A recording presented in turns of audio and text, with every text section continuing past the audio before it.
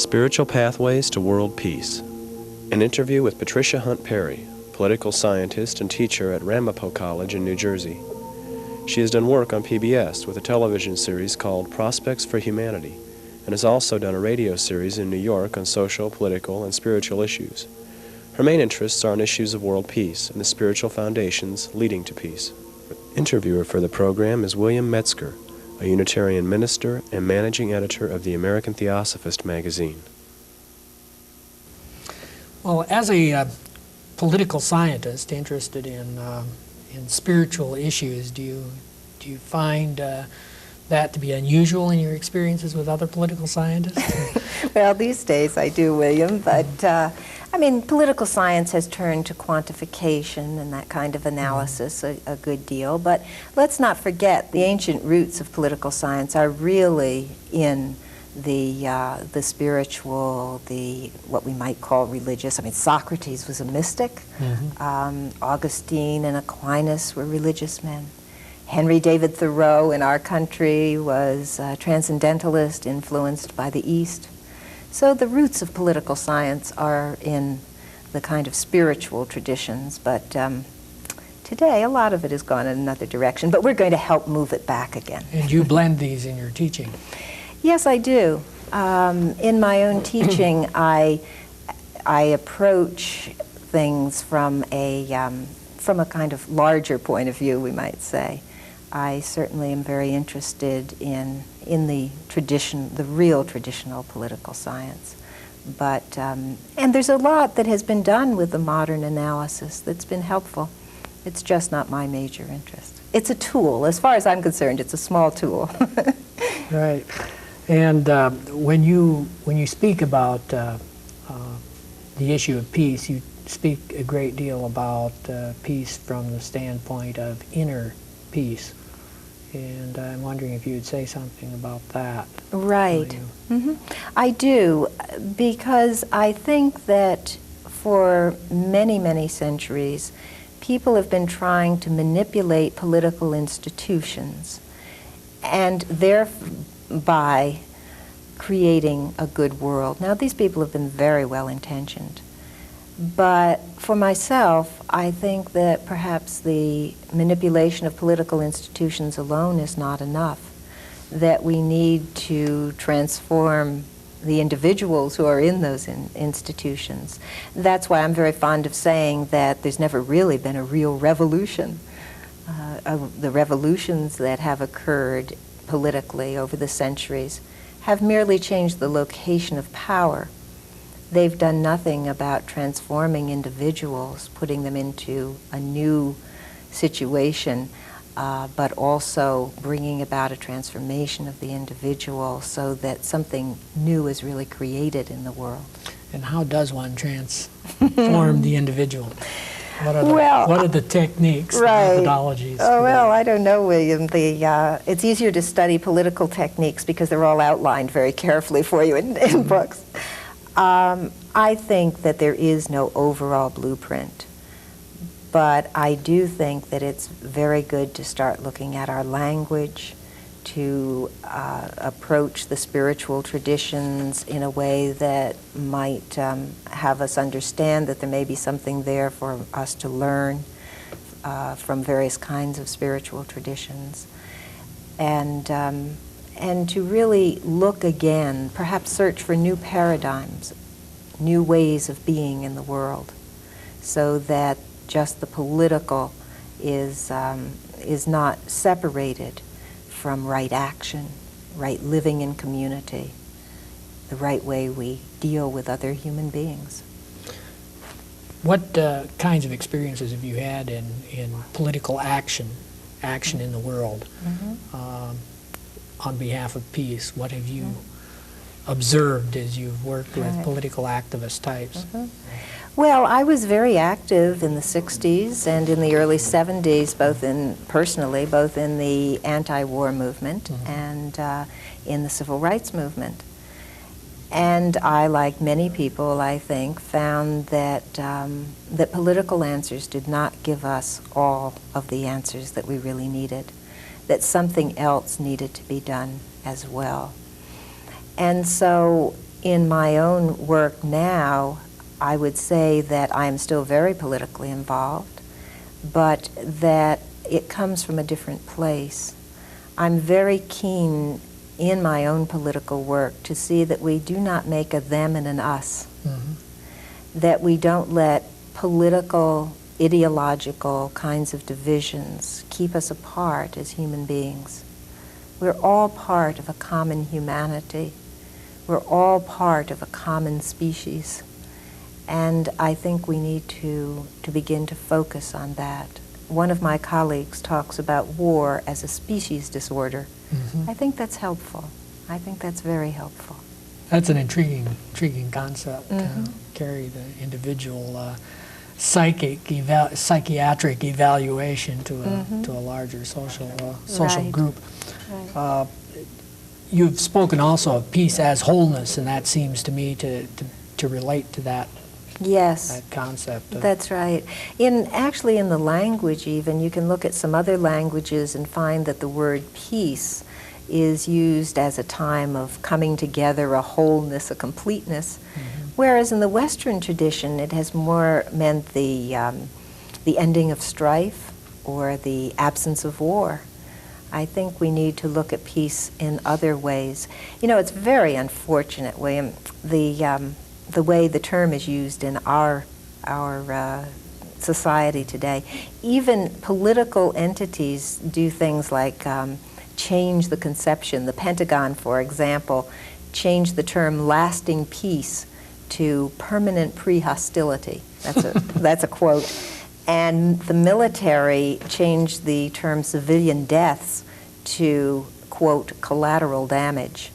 Now that doesn't assist us in looking at what's really happening. So I think we need to observe, to see what's really happening, and then to find a foundation for our social work. Sounds like a good example of the way in which language can separate us from our humanity. Yes, that's exactly really right. disconnect us from each other as persons. Exactly. And I think you'd also used the term fragile agreement within constant struggle. What is the relationship between peace, as you think about it, and constant struggle? Well, I think that peace does not necessarily arise from constant struggle. I think that peace can arise from a kind of inner working on oneself that then reaches outward into the world. And some people have a theory of course, of struggle. I don't think that change is necessarily struggle. And that life is a constant struggle. Life is always a challenge. Well, there may always be change, but I guess that in my own framework, I would hope to rise above the idea of struggle and go to other kinds of conceptions of it. In working with people in peace movements, have you observed a connection between their effectiveness in that work to their inner resources or inner being? Well, I think it's true definitely for some people. I'll tell you, I've probably seen various kinds of demonstrations, from lying down on the street to protest the Cambodian bombing, people wrapping themselves in bandages to protest the bombing in Cambodia and saying, look what you're really doing, to the June 12th march in New York City, and I believe it was '82. Now that particular march I feel was very interesting, that June 12th march. There was such a different feeling in that march from other activities, and I'm not putting down the other activities at all. I think maybe it was a matter of evolution, but the different kinds of people, from old men and women in the Midwest to young hippies in New York City to people in the environmental movement from the Northwest, everyone came together in that march. There were people from the arts, from theater, And you know, it didn't get underway for a long time. My son and I and a friend were sitting on the street curb waiting for it to get underway. I think it was supposed to start at 9 or something in the morning. It started about 1:30. Nobody minded. Everybody sat around. The feeling of unity in that group, the kind of sense of togetherness, the nonviolence. I felt the nonviolence in that march in a way that I have seldom found it in other places. Sometimes peace activists are all ready to go out and kill for peace. That's kind of the approach. But in that march, I really found something else. I really found a living feeling of peace and a living demonstration of it, rather than just a verbal discussion of it, a verbal analysis. And it sounds like the group really represented a kind of a crossing of a lot of lines. They did. People who perhaps ordinarily would not come together. That's right. They did, and it was, I think there were 750,000 people. The streets were crowded. The park, Central Park, was crowded. It was, and yet there was just such a feeling of happiness, cooperation. I still have a wonderful image in my mind, you know, with all of these wonderful people who participated in it. I still remember a little old man and a little old woman sitting in their fold-up their little fold-up chairs, and they had a sign in front of them, and it said, "One planet, save it." Now, yes. They didn't seem like the people who would have been marching in the late 60s in the anti-war movement, but they were touched, and they knew as well as we all knew, as well as the peace activists who were walking in the 60s in the anti-war movement. We all knew by that time, by 82, that we were in this together, and that it transcended boundaries of all types. There's something very powerful about that kind of a discovery, Yes. that experience, That's in that true. experience. That's true. And it gives one hope, doesn't it? It does. I'm very hopeful. I claim not to be at all naive. I mean, some of my political scientist friends will say, well, if you're hopeful, you're naive. I simply won't accept that. I think that it's very important to remember that we can have a good deal of hope. That's a common kind of a reaction. That's right. That I think we often get when we speak to military types. Maybe we could say conservative political types, perhaps. That we speak in hopeful ways or talk about peace and so forth, and it's everything of that type is interpreted as naivete. Well, I don't think it's just conservative. I think that people, sometimes think from every direction, from every kind of, the whole political spectrum, that if one speaks hopefully, that means one is naive and therefore to be dismissed. I simply wouldn't accept that at all. I think that there is reason to be hopeful that that all of us together, whatever place we come from in the political spectrum, from very conservative to very, very liberal or radical, need to have the perception that we really need to work on this together, that it is all of our business. None of us, regardless of what our politics, none of us can afford at this time to let ourselves be separated from any of our fellow men or women. Hope becomes a very practical kind of an action then, doesn't it? It's Yes. Almost a matter of choosing to be hopeful. Well, yes. It is certainly not enough alone. It requires a kind of dedication, I think, of one's life, and a kind of approach that comes through listening as well as through action, through having some kind of framework, foundation from which our action takes place. But, I'm struck as you ask your question by a comment by an ex-ambassador. I don't want to, of course, I never would give away anyone's name, but this ex-ambassador had listened to a talk I'd given, and he remarked to someone, well, that's all very interesting, but I think maybe that sounds a little naive. And we had occasion to talk after that. And I said to him, we talked about some of our things, and finally he turned to me and he said, you know, I've worked all these years to bring peace in the world, and I can't even have peace in my own family. And I am not a peaceful person myself in my heart, and I really don't know how I can bring peace to the world if I am in my own self and in my own family not even peaceful. Now you see, he came to that realization. Mm-hmm. At first, he sort of dismissed some of these ideas. And of course, I will say, he came to that realization while he and I were talking by ourselves alone. And obviously, I'm not going to give away his name. I wouldn't, do that. I'm not sure he'd say that publicly, but I know he knows it in his heart. There's always, I think, that place to which we can reach out in people. And if they don't seem to respond at the moment, then we let that go. But just because someone doesn't respond at the moment doesn't mean that they won't respond at some time, I think. What is the relationship, do you think, between the working on the inner peace building Mm-hmm. and being active in the world? Mm-hmm. What kind of a movement do you see is taking place between these two? Does one work on the self first and then move out into the world? How do they interact?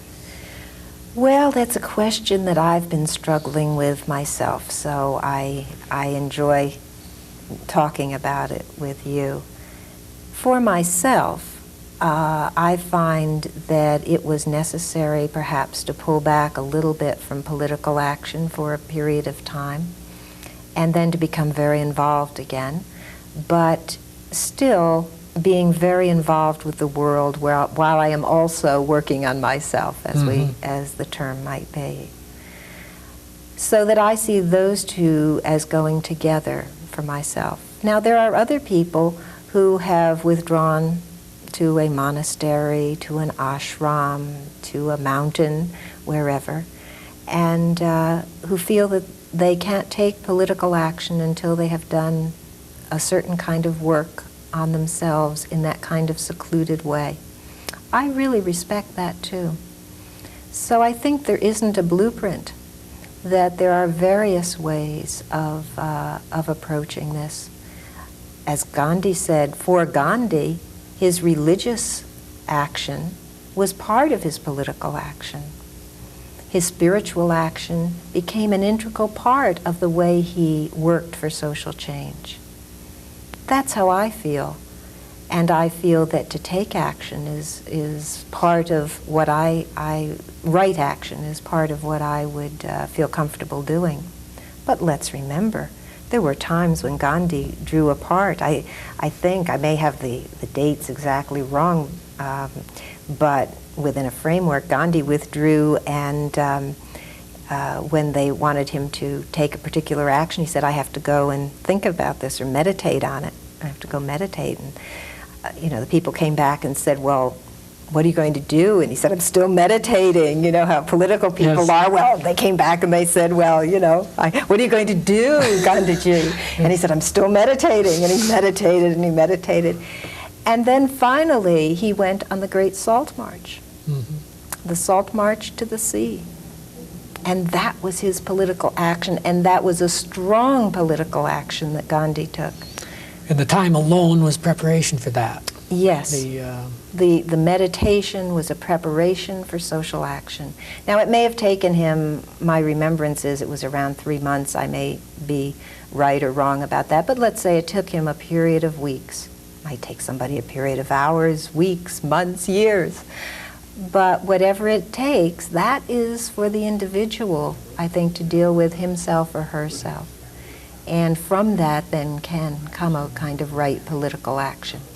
I think many of the people who were politically involved in the 60s and early 70s did become involved after that in looking at a different kind of action, an action which focused on looking at themselves.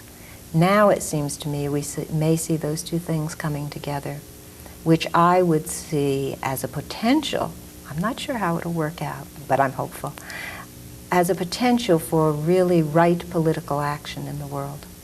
The kinds of things we've been talking about all seem very practical to me, that it's very practical to speak of working on your own inner peace, your sense of peace, your centeredness perhaps, and being able to effectively work in the world, bringing about action so that it's practical both in terms of personal transformation and social transformation. I'm wondering about what seems perhaps a more mystical way of thinking about the effect of individual work on the rest of the world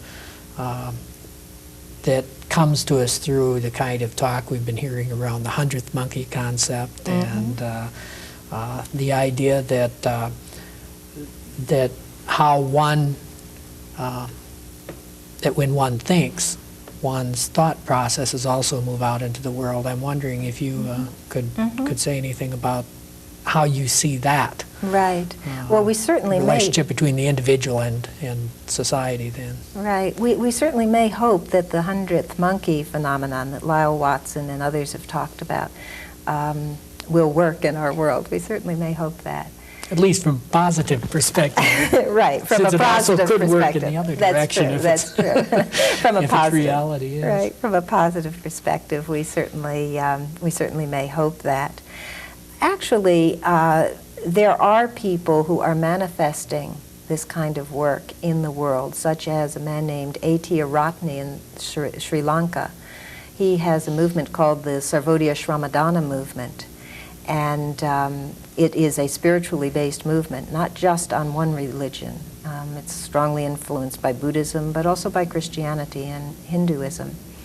And that movement is a way of working in the world while still maintaining one's deep spiritual traditions.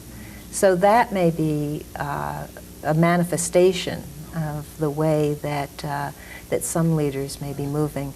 And some people may be moving. Aratne himself has said that it's not good to have an ism, that isms are not the way to approach politics, that one can go beyond these isms to something else, a kind of way of working in the world in which, from his perspective, meditation and spiritual foundations provide that foundation for a kind of work. Buddhism is said by many scholars to be interested only in personal salvation. You can find this in the writings of a number of people. I think what has been missed up to this point is that a religion that's interested in personal salvation is not necessarily antithetical to political action. And I think there is much in Buddhism that could be seen as political. Some people now are even talking about engaged Buddhism. In other words, a social action coming out of Buddhism. Remember, Buddhism has an idea of non-injury, non-violence, non-harming, and that is creation-centered. In a way, it is even more inclusive than to say just "thou shalt not kill," which is really human-centered. Right. The Buddhists have an idea of an even larger idea of non-injury, non-killing. Yes. Don't forget, there have been a number of world leaders. Robert Mueller, Assistant Secretary General of the UN, Dag Hammarskjöld. A number of our world leaders have been greatly influenced by the mystical and spiritual traditions. You know, there was a teacher in India in the, I think he died in the 70s, named Neem Karoli Baba. And he once was asked about political matters, and he said, "You know, Lincoln was a great president." And my friend who was there said to him, "Oh, really? Why is that? Why was he such a great president?" And Neem Karoli Baba said, "Because he knew Christ was really president. He was only acting president." So, you know, I think that there have been political leaders in our country and other places who are very influenced by the spiritual traditions. Yeah, I certainly think we ought to take some heart in the the fact that there's a possibility in this world of bringing together discussion of spiritual things and discussion of politics. And I would think that your approach would perhaps bring a more powerful concept of ethics to discussion of politics, as opposed to just simply what is it that works in a very practical, external sense. That there's much more of a what is worthwhile, what is valuable, what is important to human beings. Yes, you're exactly right there. I am very interested in how people make decisions, and that is one of the things that we talk about in my classroom a lot. I have a sign up on my wall saying that an educator is someone who leads you partway into the woods, and education is finding your own way out. That's what I hope that my students are doing. They are looking at the range of things, the trees that I present them. Then they're finding their own way out with the kind of, with their own kind of perception of what their lives are about at their state of evolution. Still, with all of that being said, I do introduce the idea of values and ethics, and I think this is very much needed in American education. Not for me to tell them what ethics to have, not for me to tell them what values. My students are from the extreme right to the extreme left. That's not my job as an educator in a classroom. But finally, at least I want them to know that this is something about which they might think in their lives. My kind of education is for a lifetime. I tell them the semester only starts their education. The rest of it is for a lifetime. It's simply enabling them to confront these questions, to confront the questions. Right, to think about them, to let them reflect on this for the decades to come. Because their education only starts in a semester or two. Even students who study with me for 3 or 4 years, then they're gone. It only starts then. It's for a lifetime.